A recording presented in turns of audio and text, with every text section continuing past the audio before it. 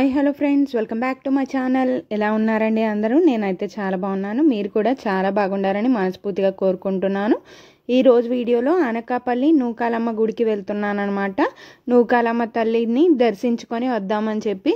ఇప్పుడు అమ్మవారి పండుగ రోజులండి. అంటే కొత్త అమావాస్య మార్చి 29 మొదలుకొని ఏప్రిల్ 27 అమావాస్య వచ్చే వరకు ఈ నెల రోజులు అమ్మవారి పండుగ రోజులు అనమాట. అందుకని అమ్మవారిని దర్శించుకొని వద్దాం. చాలా సంవత్సరాలు అయిపోయింది నేను వెళ్ళి, అందుకని అమ్మవారిని దర్శించుకొని వద్దామని చెప్పి బయలుదేరాను. ఈ నూకాలమ్మ తల్లి అనకాపల్లి చుట్టుపక్కల గ్రామాలన్నిటికి కూడా స్వచ్ఛమైన తల్లి, కోరిన కోరికలు తీర్చే తల్లిగా ఇక్కడ పూజలు అందుకుంటుంది. ఈ అమ్మవారు 9 శక్తి రూపాలలో ఒకటిగా ఇక్కడ పూజలు అందుకుంటున్నారు. ఇది అమ్మవారి గుడి లోపలికి వెళ్ళడానికి ప్రధాన ద్వారం అనమాట. ఇక్కడ అమ్మవారి పాదాలు ఉంటాయి. అమ్మవారి పాదాలకి దర్శించుకొని లోపలికి వెళ్ళి అమ్మవారిని అయితే దర్శించేసుకున్నాము.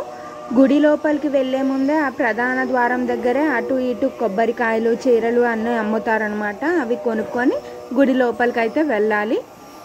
మేము దర్శించుకున్న తర్వాత బయటికి వచ్చేసాము. బయటికి వచ్చి ఇక్కడ మొత్తం జాతర కాబట్టి చుట్టూ షాప్స్ అవి ఉన్నాయన్నమాట.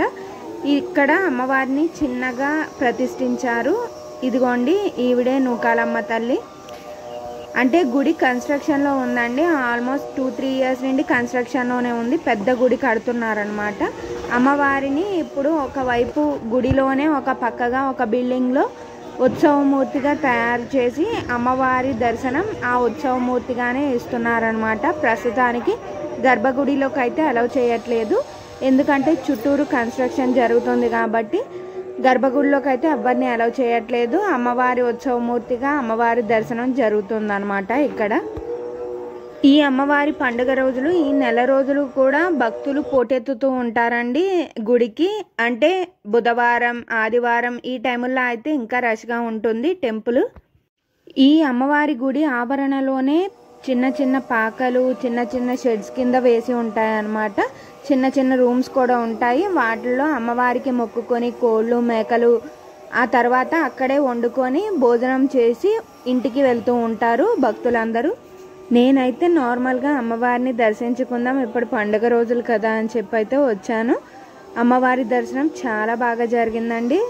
అలా అమ్మవారి ఎదురుగా ఒక 5-10 మినిట్స్ ఉండిపోయామన్నమాట. చాలా ఖాళీగా ఉంది. మేము వెళ్ళిన టైంకి అయితే పంతులు గారు గోత్రనామాలు చదివి కుంకుమ ఇచ్చి పూజ అయితే చేశారనమాట. అమ్మవారి కుంకుమ ఇచ్చారు ఇంటికి. అమ్మవారి గుడి లోపల అయితే ఏ ఫోటోలు, వీడియోలు తీయకూడదని బోర్డు ఉందన్నమాట. అందుకని నేను ఏ ఫోటోలు, వీడియోలు కూడా తీయలేదు గుడి లోపల.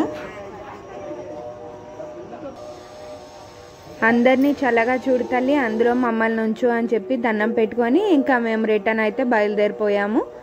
ఈ వీడియో మీకు ఎలా అనిపించిందో కామెంట్ సెక్షన్లో కామెంట్ చేయండి. ఈ వీడియో కనుక మీకు నచ్చినట్లయితే ఒక లైక్ చేసి వీడియోని షేర్ చేసి ఛానల్ని సబ్స్క్రైబ్ చేసుకోండి.